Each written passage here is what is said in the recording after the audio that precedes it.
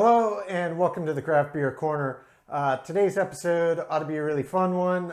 We are doing a review of 3 different beers from Ommegang, a really great brewery. They do a lot of Belgian style beer. In fact, I think every beer that I've had that they have produced has been a Belgian style. That might be their entire shtick.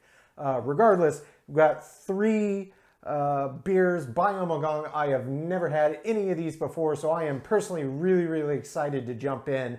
We're going to be starting with the Abbey Ale Dubbel. This is a Belgian double. This is 8.2% ABV. Moving on to the Gnomegeddon.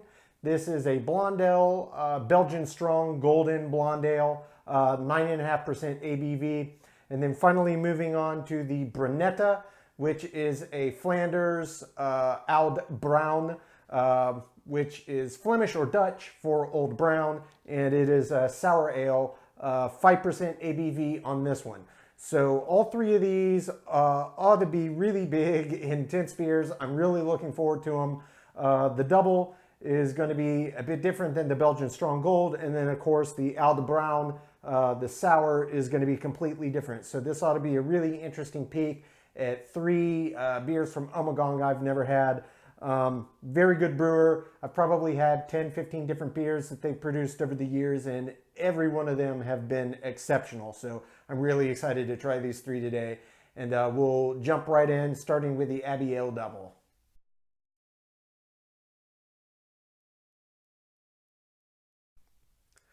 Okay, we are jumping right in, starting with the Abbey Ale Double. Again, this is 8.2% ABV, Belgian style or Abbey Ale Double. So this ought to be really big, really intense beer. Let's get this poured into the glass. Nice artwork on the label, by the way. It's simple, but it's very colorful. Oh, out of the gate as I'm pouring this, this looks like a perfect classic Belgian double. Oh, that's just lovely.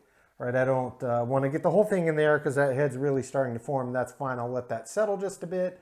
As you expect in a Belgian double, it doesn't have the tightest form bubbles in the head, so this ought to dissipate relatively quickly. Kind of a light brown color, but the beer itself, that is textbook Belgian double. Yeah, textbook.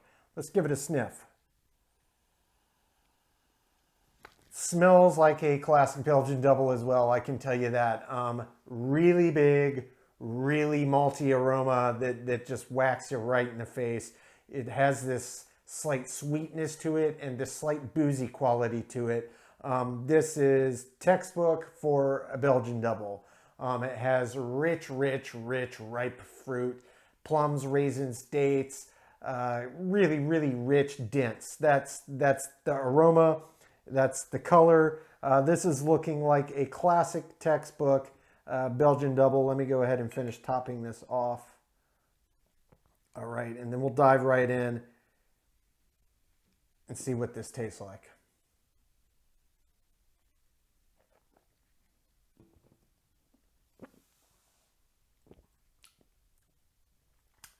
That is a big beer indeed. This is a really great example of a Belgian double style right here. Wow, it's got a really nice finish. It's very long and it's opening up into some flavors and complexities I did not anticipate. Now, honestly, I have had actual Belgian doubles that I don't like this well, and that is a really high compliment. Okay, the initial on the front, it's got this malty sweetness that is just rich. And then you get this really boozy character. And then it opens up into all of those rich fruits that you could get on the nose. And then as it dissipates, it gets into even richer ribbons of caramel. Absolutely gets as thick and rich and dense as caramel. Almost like con leche or dulce de leche, that really thick, dense caramel, or caramel made from condensed milk.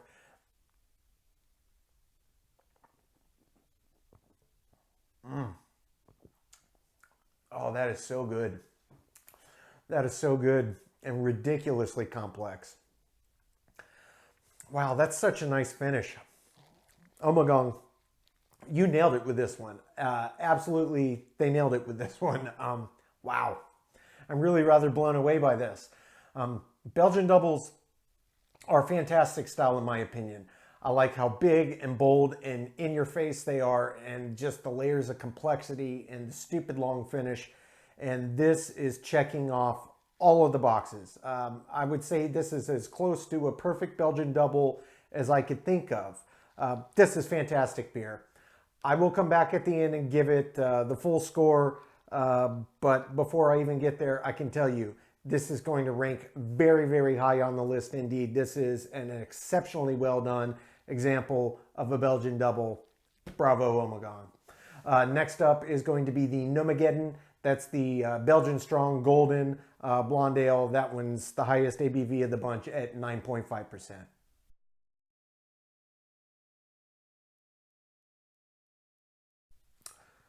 All right, our next beer is the Gnomegeddon. This is a Belgian Strong Ale, Golden Belgian Strong Ale, Blonde Ale, however you wish to term it. 9.5%. It's going to be big, giant bottle here, so I will get to enjoy this one for quite some time. Let's go ahead and get it poured into the glass.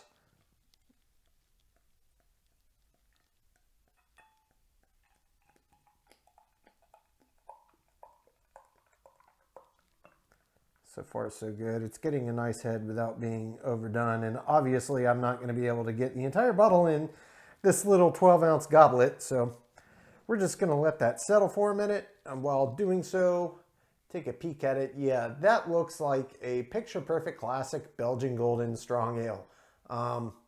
Yeah, that's textbook. The head on this one is quite a bit foamier. The bubbles are much tighter and finer than on the Belgian double, which is to be expected from the style. Just some medium bubbles, which are starting to dissipate, but overall it's a pretty tightly formed, finer head of foam. I'm gonna give it a sniff. Okay, it smells like a classic Belgian strong ale, be it golden. It's got a very nice mix of both malt and kind of this boozy quality to it. So you know it's going to be a big beer, 9.5%. It certainly is. And the nose rather belies what you're about to get into. So I expect this to be rich, malty, maybe slight hints of sweetness, and certainly with a nice boozy back. So let's go ahead and jump right in. The head's already settled down to a really good point for us to sample. So let's do so.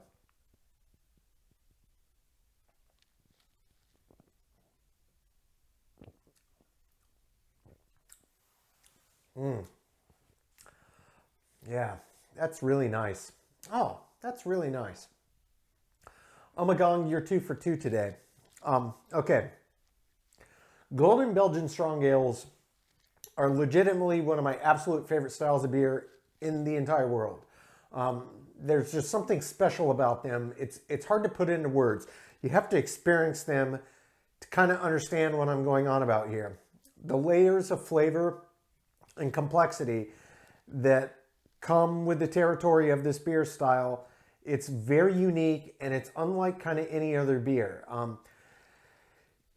If you saw the episode where we did a tour of Belgium and I reviewed the Oud Bruin Delirium Tremens, which is literally top 3 favorite beers in the world for me, rightfully so. This, that too is a Belgian strong ale, golden strong ale. This tastes remarkably similar. I would say the major difference I'm noticing between the two is this actually has a slight hint of clove. Now, I don't think that that's due to any kind of Hefeweizen yeast or anything like that. If you caught our Germany episode where we were reviewing Hefeweizens, but it's based on the different yeast strain that's used for this style and the specific malt bill that's used. It does impart just layers and layers and layers of flavor. It's got a nice body, a beautiful mouthfeel.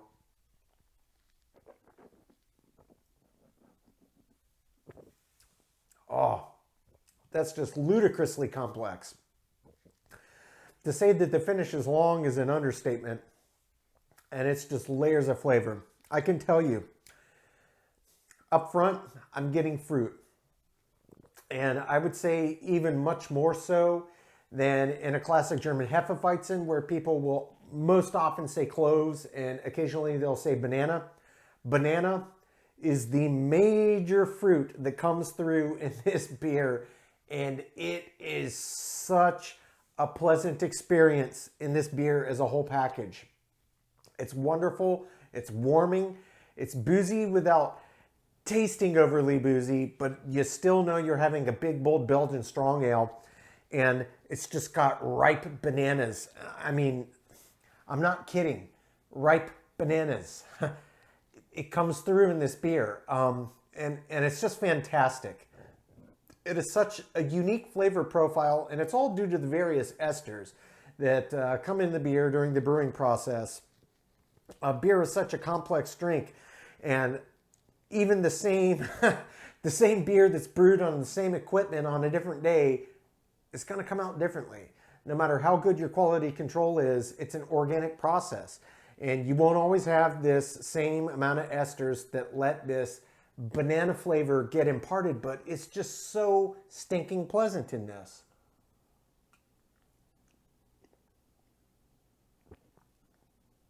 It is. It is. God, it's so strong.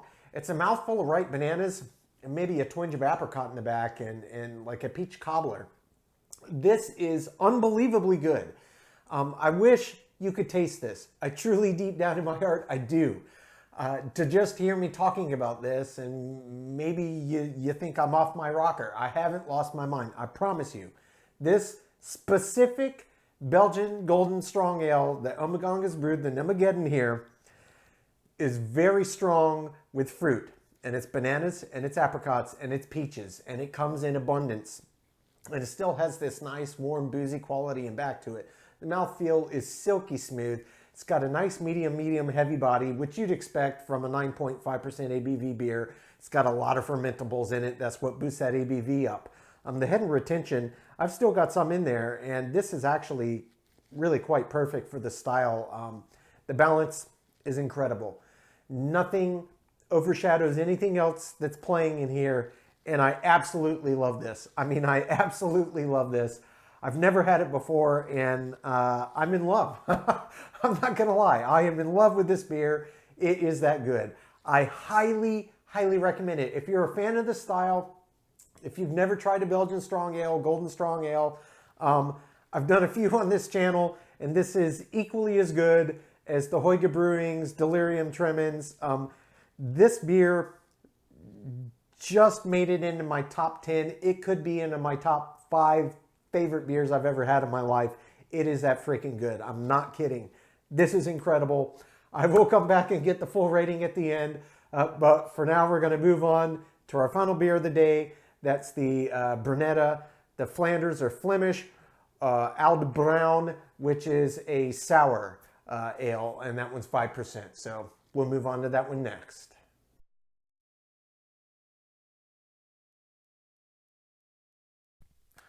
Okay, so moving on to the final beer of the Ommegang sampling little batch here. We've got the Brunetta. This is a Flanders Oud Bruin, which is a sour ale. This one is 5% ABV. So let's go ahead and just get this poured right in the glass. In the world of sours, this is actually a rather interesting style for me. It is a brown ale that is soured, Oud Bruin, meaning old brown. And that is spelled O-U-D-B-R-U-I-N, by the way, pronounced Oud Bruin. Okay, you can see indeed it is a nice dark brown color, not dissimilar to perhaps a very dark nut brown ale or a porter. Very, very, very effervescent. Not much of a head, so to speak. It's just so bubbly, it's just gonna kill the head at any rate, and it's not really supposed to have that thick of one for the style. So this is looking good. Let's give it a sniff here. Oh, that is a classic Oud Bruin. It is so pungently sour and tart. You can get it right on the nose, and you know you're in for a nice jolt to the taste buds as soon as you get into this and start to sip it. It is very pronounced. Yeah, it's very pronounced. I'm just going to jump right in.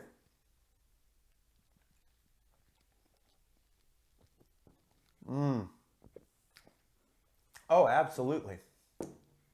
Ah, that's very nice. That's very nice indeed. Okay, so completely different than the first two beers that we sampled, as it should be. Just wanted to throw something that wasn't quite the same into the mix, just to round out the review of Ommegang. But as a review in and of itself, I have to say Ommegang is reminding me again why I believe that they're one of the best in the game. This is just fantastic. If you had told me that this was brewed, in Belgium, I would easily have believed you. It is that true and classic to the style. This is a really, really great example.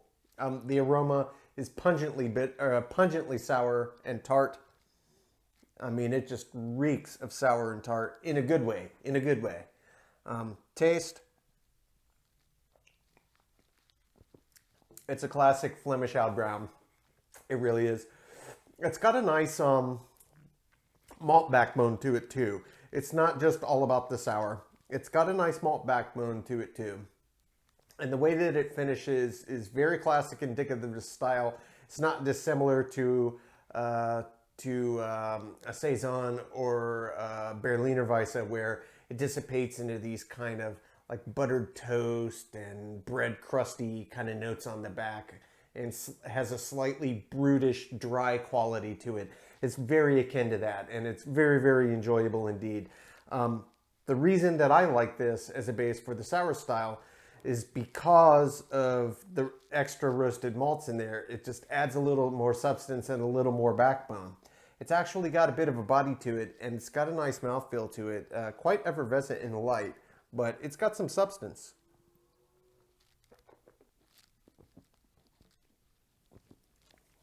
Oh, it's so good. The finish on this is reasonably long.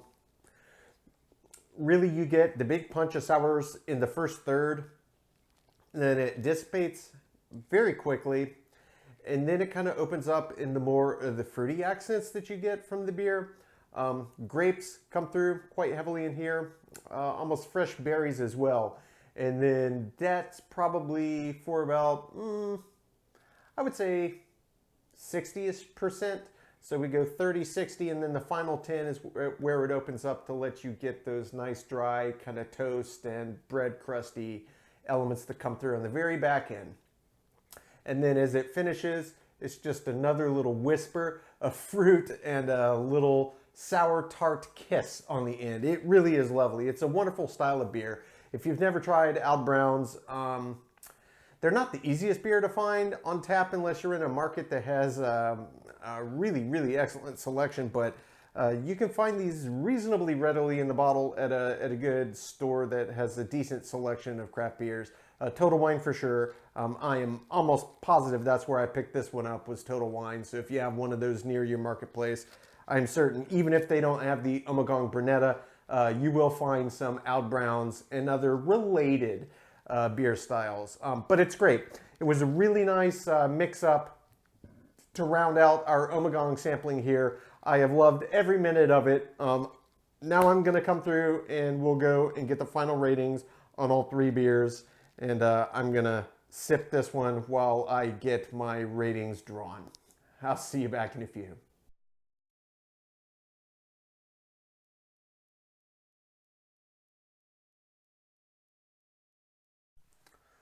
Okay, now that we have gotten to thoroughly enjoy, and I mean thoroughly enjoy, all three of these beers, we're going to go through and get them ranked on our scale. Let's just jump right in. Starting with the Abbey Ale Dubbel. This was the Belgian Dubbel of the bunch, 8.2% ABV. Aroma, I gave it a 9. It was almost perfect Belgian Dubbel. Taste, I gave it a 10. I would have sworn a Belgian brewer had brewed it. Honestly, it was that good. The body and the mouthfeel both well above average. I gave those both an 8. The finish was long and complex and let you really taste every independent part that played in this beer. I gave that a perfect 10. The head and retention was above average, but not 100% for the style, so I gave it a 7 there.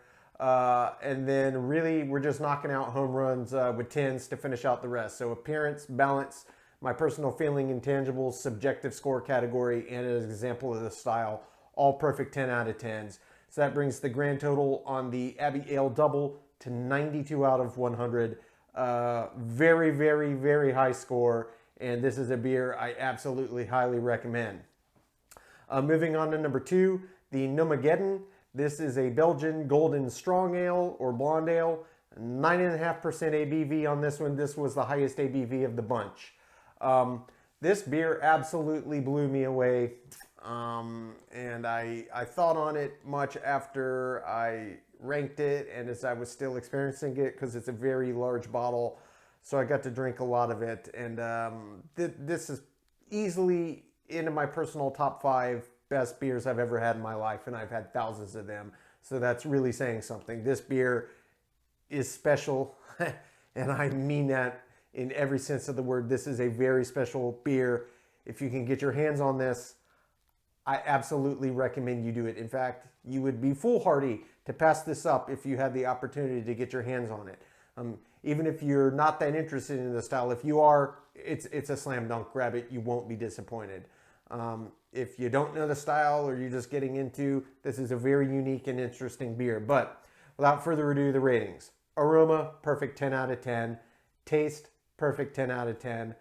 Body and mouthfeel, only knocked off 1 point there. 9 respectively for both the body and the mouthfeel.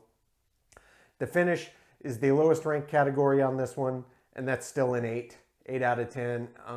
The head and retention and the appearance, both perfect for the style.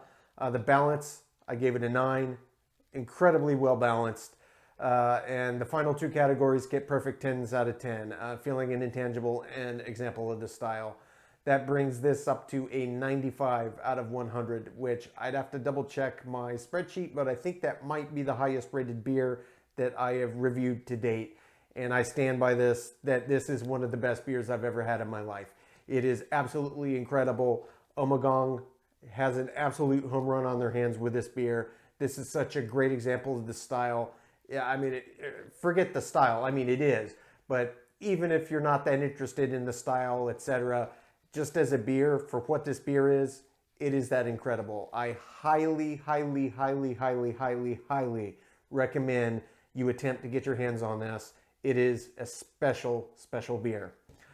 And that brings us to our final beer of the bunch, the outlier, the most different from the rest. This is the Brunetta Flanders Oud Bruin, 5% ABV, so the lowest ABV as well, but that's to be expected for the style. For the aroma, this one got a perfect 10 out of 10. I honestly, they nailed it. That's exactly what you expect out of this style, and you knew what you were getting before you even had that first sip. The taste, well above average for the style. I gave that an 8 out of 10. The body and the mouthfeel, both I gave an 8 out of 10 as well. Definitely above average. It absolutely had some substance to it, which is, you don't always get that with sours, but the thing with Oud Browns and other kind of brown sour ales is that extra roastiness from the malts tends to really hang in there, so it gives just a little more depth to the beer, and certainly that was true in this case. For the finish, I gave it an 8 out of 10, again, well above average. Had a really beautiful finish that wasn't the longest in the world, but it was so reasonably well balanced and kind of let you taste all the interplaying parts as it kind of lingered and lingered and lingered. So you got the big punch of sour and tart, and then you got a bunch of fresh ripe fruit, and you got this nice, beautiful, toasty, crusty earthiness, and just another little hint of sour and tart to finish it off. It really was a beautiful finish. Head and retention, I gave it an 8 out of 10. It was well above average for the style. Appearance, I gave it a perfect 10 out of 10. This looked the part to perfection. Well deserved. The balance, I gave it a 9. Again, you probably had an inkling it was going to be up there just based on how nice the finish was, and that balance really is a strong indicator of how the finish is going to line. And they're not dissimilar to body and mouthfeel in that finish and balance are going to be interrelated. So a well-balanced beer may not have a super long finish that's enjoyable, but if it's got a long finish and it's rated high for the finish category, the elements that go in to create that enjoyable finish really are intrinsically related to the balance of the beer, and this was exceptionally well balanced, 9 out of 10. My personal feeling and intangible subjective category, I gave that also a 9 out of 10.